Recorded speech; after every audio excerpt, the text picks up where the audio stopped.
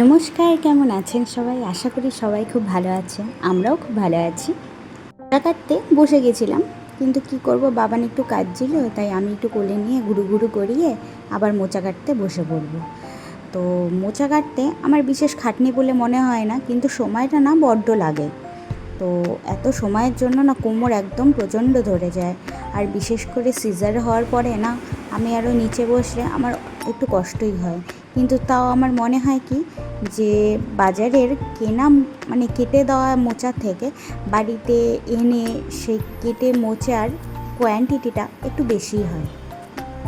ইচ্ছে আছে মোচা দিয়ে কোপ্তা বানাবো।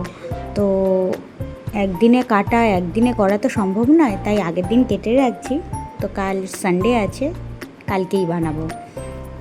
ওই যে আমার ছেলে বিছানার থেকে আমার সাথে কথা বলছে।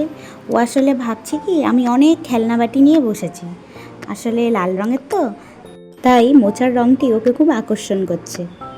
ও ধরতে চাইছে, আসলে আমরা সবাই মিলে একই ঘরে রয়েছি তো, তাই ওকে ওইভাবে বিছানার মধ্যে ও ঠাম্মি সামলাতেও পারছে না ঠিক করে। যাই হোক, আমি মোচাগুলো কেটে নেই। তো আমি কিভাবে মোচা কাটছি আপনারা একটু দেখে নিন। যদি শিখে রাখতে পারেন তো শিখতে তো আর দোষ নেই, সে কারণে একটু দেখেই নিন। যদিও এখন বাজারে মোচা পুরো কেটে ছুলে তারপরে বিক্রি করে, তো আমি সেটাকে খুব একটা পছন্দ না করলেও আমার একটু বেশি পরিমাণে মোচার দরকার, তো সে কারণে আমি বাড়িতেই ছুলে কেটে নেব।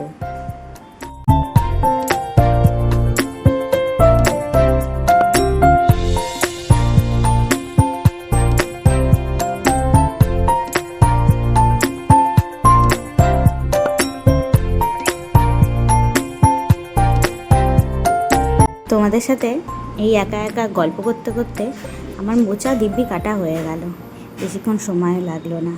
যাই হোক, এবার মোচা কাটা হয়ে গেছে। এবারে নুন হলুদ দিয়ে প্রেশার কুকারে আমি 6খানা হুইসেল দিয়ে দেওয়ার জন্য বসিয়ে দেব।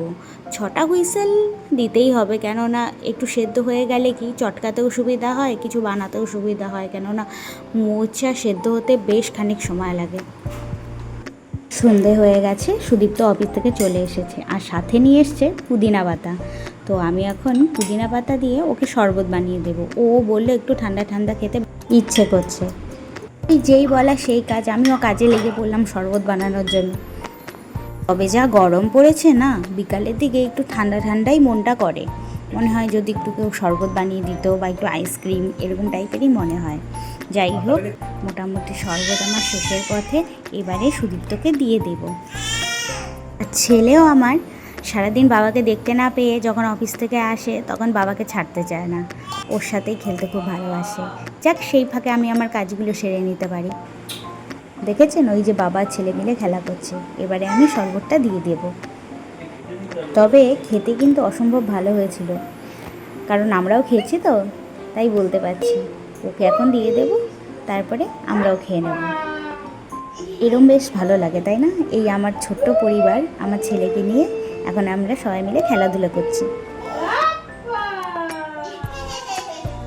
যাই হোক, আমি আবার এখন কাজে লেগে পড়ি। এবারে আমি পুদিনা পাতাগুলো ছাড়িয়ে রাখবো। ততক্ষণে সবাই সুস্থ থেকো, ভালো থেকো। খুব তাড়াতাড়ি আরও একটি নতুন ব্লগে তোমাদের সঙ্গে দেখা হচ্ছে।